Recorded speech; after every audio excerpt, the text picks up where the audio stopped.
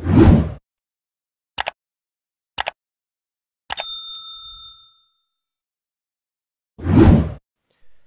Friends, welcome to my YouTube channel के civil bytes. ये channel आपके लिए है जहां हम सिविल इंजीनियरिंग के इंटरेस्टिंग कॉन्सेप्ट्स को समझेंगे। ऐसे ही आज हम बात करने वाले हैं zero force members in trusses के बारे में। अगर आपने कभी सोचा है कि ट्रस में कुछ मेंबर्स क्यों लोड नहीं कैरी करते या उन्हें आइडेंटिफाई कैसे करते हैं, तो ये वीडियो आपके लिए है। इस वीडियो के एंड तक में आप ज़ीरो फोर्स मेंबर्स को ईजिली आइडेंटिफाई कर पाओगे। तो वीडियो शुरू करने से पहले आपसे रिक्वेस्ट है कि वीडियो को लाइक और चैनल को सब्सक्राइब करना ना भूलें। तो चलिए शुरू करते हैं। ज़ीरो फोर्स मेंबर्स को समझने से पहले ट्रस्ट के बारे में थोड़ा सा रिकैप करते हैं कि ट्रस्ट होता क्या है। बेसिकली ट्रस्ट एक स्ट्रक्चर होता है जो ट्रायंगुलर यूनिट से बनता है। जैसे कि मैंने यहाँ नीचे एक ट्रस्ट लिया है, आप देख सकते हैं कि ये ट्रायंगुलर यूनिट से बना है जिसमें स्ट्रेट मेंबर्स आपस में जॉइंट्स पे कनेक्टेड होते हैं। जैसे कि ये एक ट्रस्ट है, इसके जो ये स्ट्रेट मेंबर्स है ये आपस में जॉइंट्स पे कनेक्टेड होते हैं। यहाँ पे ऐसे ये आपस में जॉइंट्स पे कनेक्टेड होते हैं। तो ये जो स्ट्रक्चर्स होते हैं यानी कि ट्रसेस, ये लोड्स को एफिशिएंटली कैरी करते हैं। तो इसीलिए आपने देखा होगा अक्सर इनका इस्तेमाल हम ब्रिजेस या रूफ्स या टावर्स में करते हैं। तो ट्रस्ट में बहुत सारे मेंबर्स होते हैं, लेकिन कुछ मेंबर्स ऐसे भी होते हैं जो लोड्स कैरी नहीं करते। उन ट्रस्ट मेंबर्स को ही हम ज़ीरो फोर्स मेंबर कहते हैं। जैसे कि मैंने यहाँ पे एक ट्रायंगल लिया है नीचे, इसमें एक मेंबर ऐसा भी है जो कि ज़ीरो फोर्स मेंबर है जिस पे कोई भी लोड नहीं आता। जैसे कि ये वाला मैं दिखाता हूँ आपको, ये वाला जो बीच वाला ट्रस्ट मेंबर है ये ज़ीरो फोर्स मेंबर है। ये अभी आपको समझ नहीं आएगा, आप वीडियो एंड तक देखोगे तो आपको फिर बाद में समझ आएगा कि ये ज़ीरो फोर्स मेंबर क्यों है। तो आप ये सोच रहे होंगे कि ये अगर कोई भी लोड कैरी नहीं करते तो ये होते ही क्यों हैं ट्रस्ट में। इसका भी रीज़न मैं आपको बताता हूँ। इसके जो कुछ रीज़न्स है कि इनमें से एक आता है कि स्टेबिलिटी। ये जो ट्रसेस है इसमें हम ज़ीरो फोर्स मेंबर्स इसलिए प्रोवाइड करते हैं ताकि ये हमें स्टेबिलिटी प्रोवाइड करे या शेप मेंटेन रखने में हेल्प करते हैं। दूसरा दूसरा रीज़न ये है कि इसमें जो ये है फ्यूचर प्रूफिंग। इसका मतलब ये है कि ये इंश्योर करते हैं कि ट्रस्ट फ्यूचर में एडिशनल लोड को कैरी आसानी से हैंडल कर सके। ठीक है, हम इसको एक एग्जाम्पल से भी समझ सकते हैं। फॉर एग्ज़ाम्पल, अगर हम कोई स्ट्रक्चर डिज़ाइन करते हैं किसी पर्टिकुलर लोड के लिए, जैसे कि हम एक बीम को डिज़ाइन करते हैं जिस पे एक्सटर्नल लोड 50 किलोमीटर आना है। तो जब हम जैसे कि यहाँ पे मैं एक बीम लेता हूँ, पहले एक बीम है फॉर एग्ज़ाम्पल, इस पे कुछ ऐसे यहाँ पे 50 किलोमीटर लोड आएगा।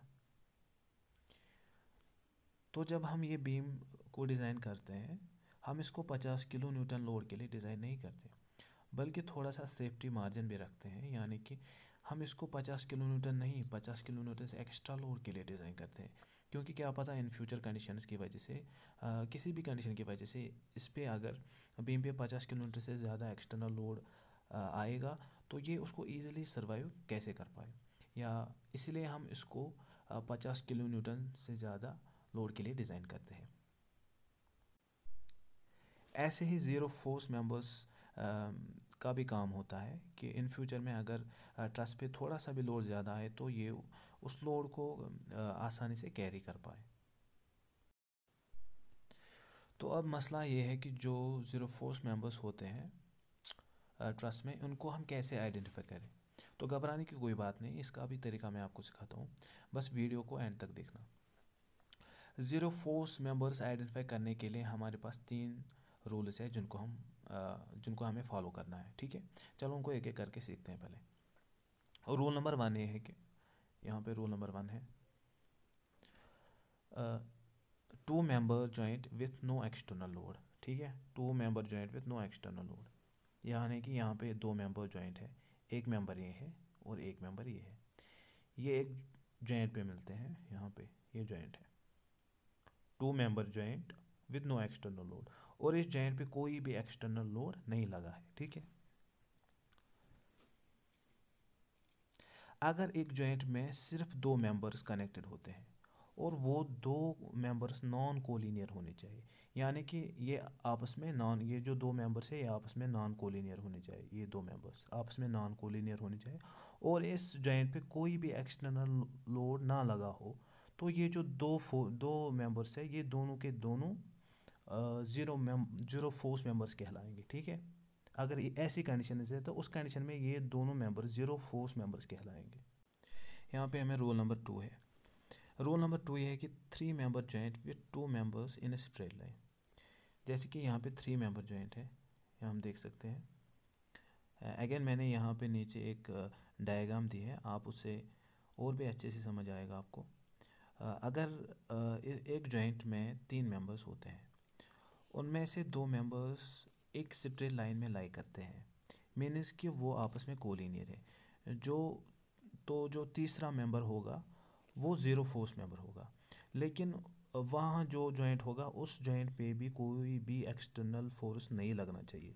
जैसे कि यहाँ पे मैंने 3 जॉइंट्स लिए हैं, 3 मेंबर्स दिए हैं, ये एक मेंबर है, ये दूसरा और ये तीसरा, ये आपस में ऐसे यहाँ पे मिलते हैं, और ये वाला जो है, ये 2 मेंबर्स हैं, ये आपस में कोलिनियर है, यानी कि एक ही स्ट्रेट लाइन में लाई करते हैं, और इन दो को छोड़ के ये जो तीसरा मेंबर है ये ज़ीरो फोर्स मेंबर कहलाएगा, ठीक है, ये ज़ीरो फोर्स मेंबर कहलाएगा। ऐसे हमारे पास रोल नंबर 3 है, जो कि है 2 member joint with external load. यहाँ पे भी 2 मेंबर जॉइंट है, लेकिन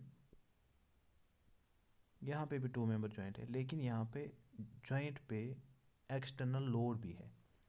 तो जब जॉइंट 2 मेंबर जॉइंट पे एक्सटर्नल लोड भी होगा तो तब हमें क्या करना चाहिए, लेकिन वो जॉइंट्स अगर परपेंडिकुलर या नॉन कोलिनियर होंगे आपस में, तो तब हमें क्या करना चाहिए, हम कैसे ज़ीरो फोर्स मेंबर को ढूंढेंगे वहाँ पे। तो हमें देखना होगा, तब हमें देखना होगा कि लोड किस डायरेक्शन में लग रहा है, यानी कि ये जो एक्सटर्नल लोड है ये किस डायरेक्शन में लग रहा है, ठीक है। और जिस मेंबर की डायरेक्शन में फोर्स लग रहा होगा उसको छोड़ के जो अगला मेंबर होगा वो ज़ीरो फोर्स मेंबर कहलाएगा, यानी कि ये मेंबर है, ये एक्सटर्नल फोर्स इस मेंबर के डायरेक्शन में लग रहा है, इस मेंबर को छोड़ के ये जो अगला मेंबर है ये ज़ीरो फोर्स मेंबर कहलाएगा, ठीक है। आपके ये जो 3 रूल्स है ये आपको समझ आए होंगे। आप इन 3 रूल्स को दिमाग में रख के अगर कोई भी ट्रस होगा तो आप इजीली आइडेंटिफाई कर पाओगे कि इस ट्रस्ट में कितने नॉन ज़ीरो फोर्स मेंबर्स है या ज़ीरो फोर्स मेंबर्स है। जैसे कि मैंने यहाँ पे एक एग्जांपल भी दी है, मैं आपको एक मेंबर आपको दिखाता हूँ मैं इनमें से, जो कि ज़ीरो फोर्स मेंबर होगा। जैसे कि आप अगर यहाँ पे देखेंगे, ये वाला एक मेंबर है AD, एक मेंबर है DF, ये 2 मेंबर्स है, ये आपस में कोलिनियर है, ठीक है। डी जॉइंट पे यहाँ पे 3 मेंबर्स जुड़ते हैं, जैसे कि आप देख सकते हैं यहाँ पे 3 मेंबर्स हैं, उनमें से 2 मेंबर्स आपस में कोलिनियर है, ये वाला और ये वाला। AD और DF वाला जो मेंबर है ये आपस में कोलिनियर है, लेकिन ये जो तीसरा मेंबर है ये वाला DE, ये ज़ीरो फोर्स मेंबर कहलाएगा, ठीक है। ऐसे इसमें बहुत सारे मेंबर्स है कि जो ज़ीरो फोर्स मेंबर्स कहलाएंगे। आई होप कि आपको ये समझ आया होगा कि ज़ीरो फोर्स मेंबर्स कैसे निकालते हैं, उनको आइडेंटिफाई कैसे करते हैं। अब मैं चाहूँगा कि ये आप एग्ज़ाम्पल आप खुद करें, तो आप मुझे कमेंट में बताना कि इसमें कितने ज़ीरो फोर्स मेंबर्स हैं, इसमें टोटल कितने ज़ीरो फोर्स मेंबर हैं, आप मुझे कमेंट में बताना। आई होप कि आपको ये वीडियो पसंद आया होगा। अगर पसंद आया होगा तो चैनल को सब्सक्राइब करना और इस वीडियो को लाइक करना। Thank you.